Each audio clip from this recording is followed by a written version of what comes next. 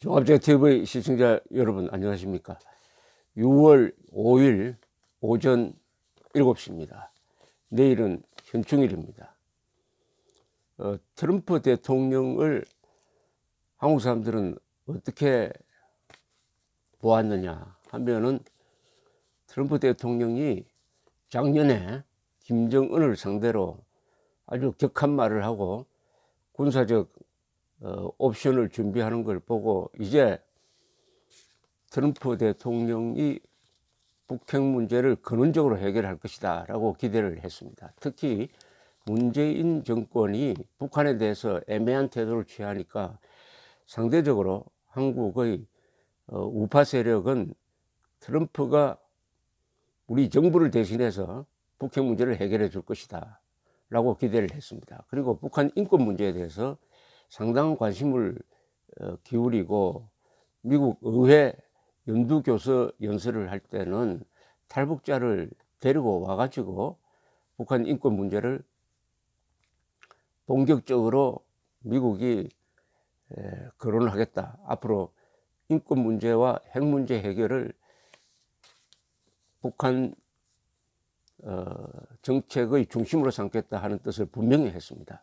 그리고 열광적인 지지를 받았습니다. 그 점에서는 이 모든 트럼프에 대한 기대는 김명철을 만나고 나서 바뀌어졌습니다.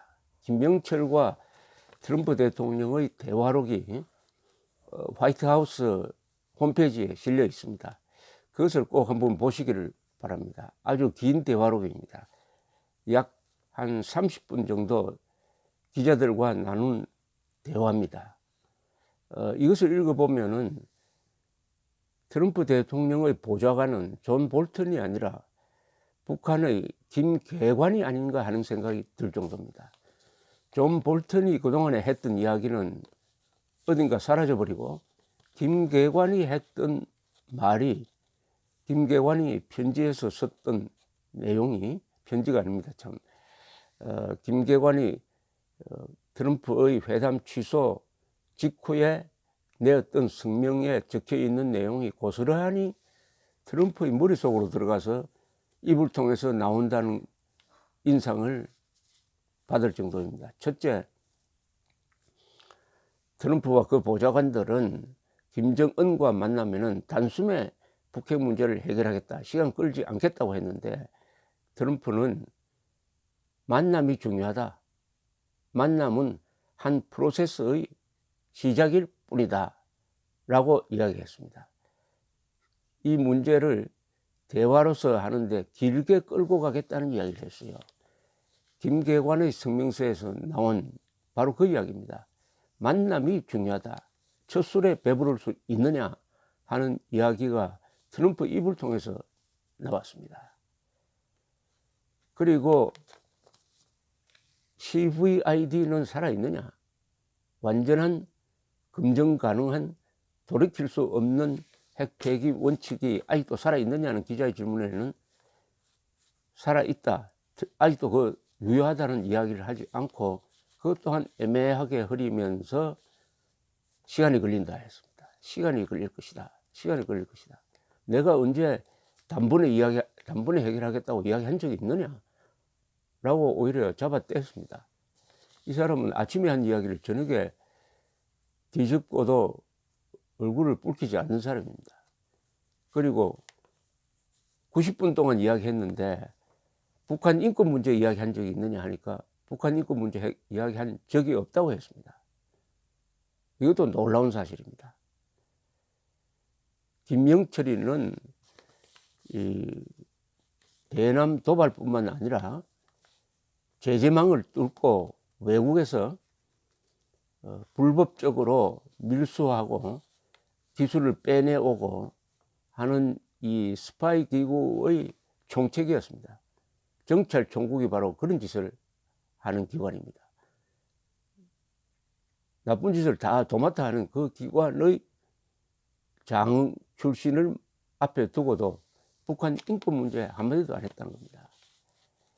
그리고 유명한 용어가 된 최대한 압박 캠페인, 맥시멈 프레셔 캠페인은 더 이상 내 입에 올리지 않겠다. 그 말 자체를 쓰지 않겠다. 요새 지금부터 잘 교제가 시작되었으니까 추가 제재는 하지 않겠다. 맥시멈 프레셔 캠페인이 날아가 버렸습니다. 말 한마디로 사라졌습니다. 이것이 주변 국가, 특히 러시아, 중국, 한국에 끼치는 것은 북한을 도와주라 이런 뜻입니다. 그리고 이 문제 해결에서 돈이 드는 것은 한국을 가장 강조했습니다. 한국, 일본, 중국이 대줄 것이다. 돈 대줄 것이다. 미국은 부담할 일이 없다라고 하면서 빠져버렸습니다. 부담을 한국에 주로 넘겨버렸습니다. 그리고 가장 우려스러운 것은 종전선언을 할 수도 있다는 집착을 보였습니다. 종전선언에 집착을 보였어요. 회담의 본질과 관계없고 종전선언은 주한미군 철수로 진행될 가능성이 많습니다. 주한미군 감축 문제가 논의되었느냐라고 물으니까 트럼프는 많은 것을 이야기했다고 함으로써 사실상 주한미군 감축 이야기를 명철화했다는 뉘앙스를 풍겼습니다.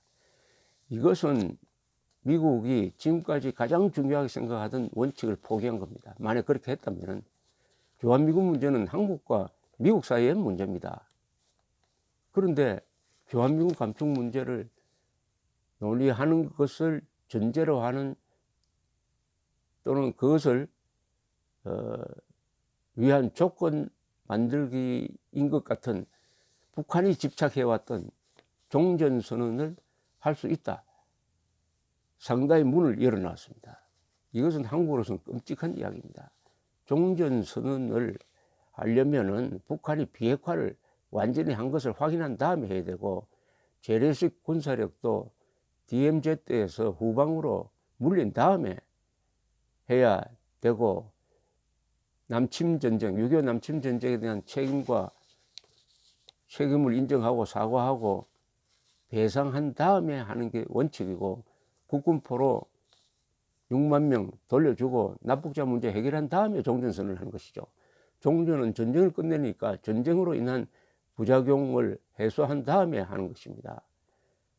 그런 것 없이 하는 종전선언은 북한 정권이 노리는 바 종전선언 한 마당에 외국 군대가 왜 한국에 있느냐, 한반도에 있느냐 물러가라는 것입니다. 이런 걸로 봐서 트럼프는 주한미군을 감축하든지 위상 변경을 하든지 또는 철수하든지 해서 그걸 지렛대로 해가지고 북한의 비핵화를 그것도 단숨에 하는 것이 아니라 천천히 하도록 하는 이상한 정책, 이 생각이 아무리 생각을 해도 맨정신이 아닌 것 같은 이런 말들을 마구 쏟아내는 바람에 지금 일본, 한국만 혼란에 빠진 게 아니라 미국의 국방부도 지금 오락가락합니다.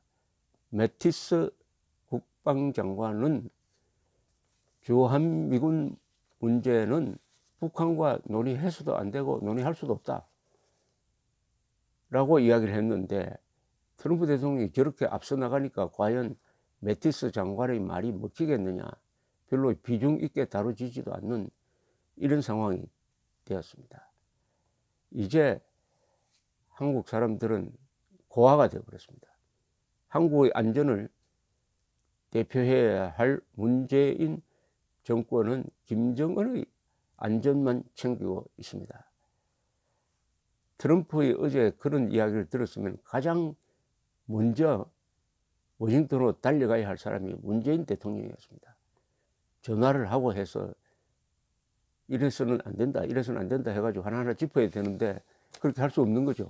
이게 바로 문재인, 김정은 두 사람이 하자고 하는 대로 트럼프가 따라온 셈이에요. 사실은 문재인, 김정은의 시나리오에 의해서 트럼프 대통령이 따라오면은 그 결과로 어떻게 되느냐? 북한 핵무기는 없어지지 않습니다. 핵보유국을 인정해 주는 것이 됩니다. 그리고 대한민국의 안보의 근간을 흔들거나 해체하는 것이 됩니다. 그러면 대한민국 국민은 북한의 핵인질이 되는 것이죠. 문재인 정권은 4.27 판문점 선언을 국회에서 비준 동의하도록 해가지고 법령과 같은 효과를 가지도록 하려고 또 추진하게 될 것입니다. 선거 이후에는, 선거에서 압승을 하면 그 여세를 밀어가지고, 이렇게 되면은 대한민국의 심장에 박힌 대못이 더 깊게 대한민국 몸속으로 파고들고 해서 완전히 우리 손을 우리가 묶는, 그리하여 김정은에게 잡혀 먹히든지 아니면은 핵인질로 살든지 하는 이런 방향으로 사태가 지금 진행되고 있습니다. 트럼프 대통령에 대해서 이제 한국인이 마음을 정리해야 됩니다. 아직도 제가 방송에서 이런 이야기를 하면은 트럼프는 아직도 마지막 수를 준비하고 있을 것이다. 그 사람은 절대로 게임에서 지는 사람이 아니다. 끝까지 기다려 봐야 된다. 이런 이야기를 합니다. 트럼프 대통령은 미국 대통령입니다. 한국 대통령이 아닙니다. 트럼프 대통령은 한국의 우파 세력, 자유진영 세력 눈에 보이지가 않습니다. 트럼프 대통령이 상대하는 사람은 한국의 보수 세력이 아닙니다. 트럼프 대통령이 상대하는 사람은 문재인 대통령입니다. 문재인 대통령이 한국인의 의사를 대표하고 있다고 보는 것입니다.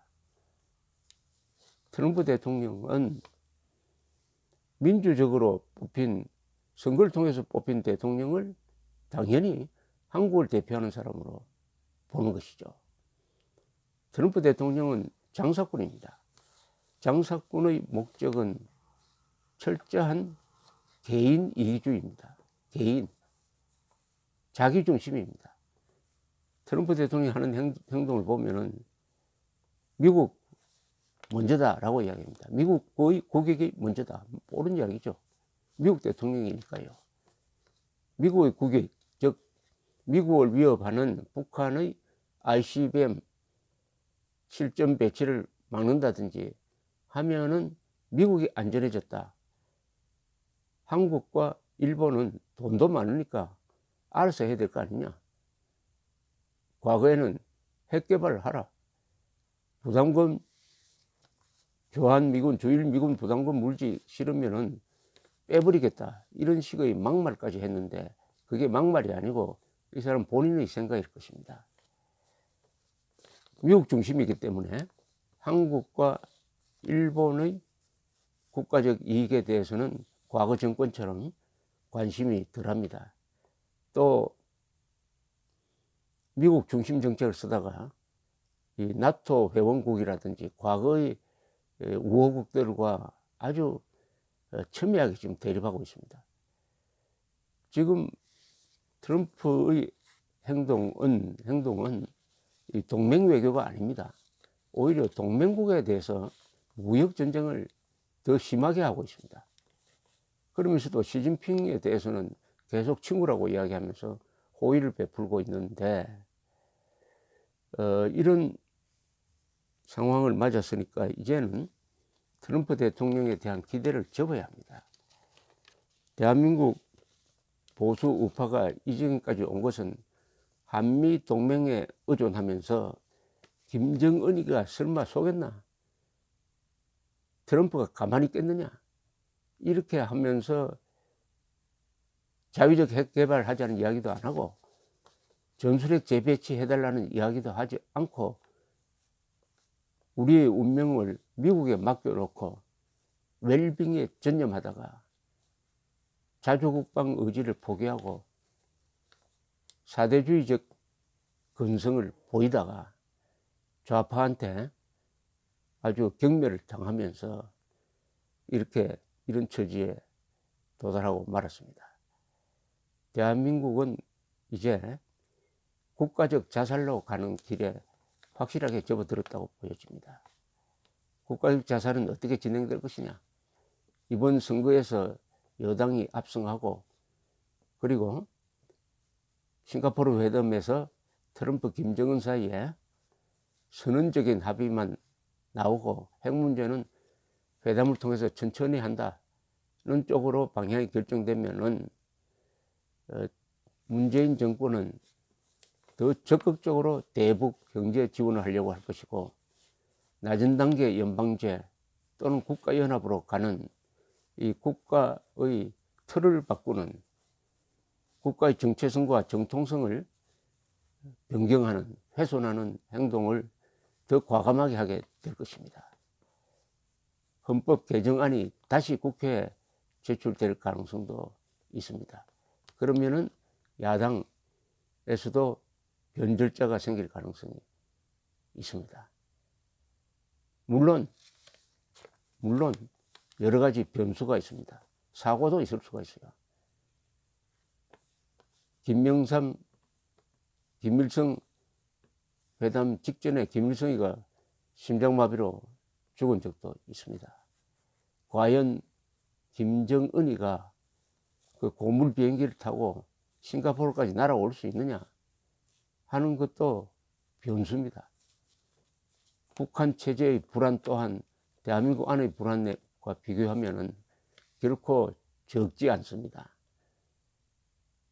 그리고 북한에 대한 경제 지원은 김정은에게는 독이 될 가능성이 많습니다.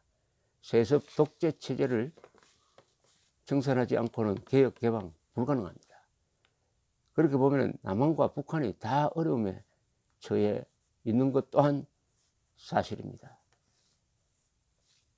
우리가 결국 역사를 결정합니다. 역사는 만들어지는 것이 아닙니다. 역사는 만드는 것입니다. 지금 대한민국 국민이 오늘 내일 무슨 일을 하느냐에 따라서 역사는 결정이 되는 것입니다. 대한민국의 미래는 결정되지 않았습니다. 자유통일하면 인류국가로 갑니다. 그러나 적화통일하면 야만으로 돌아갑니다.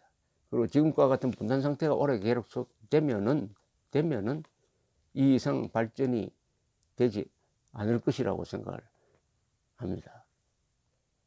국민들이 깨어나야 하는데, 국민들이 깨어나도록 하려면 어떻게 하면 되느냐?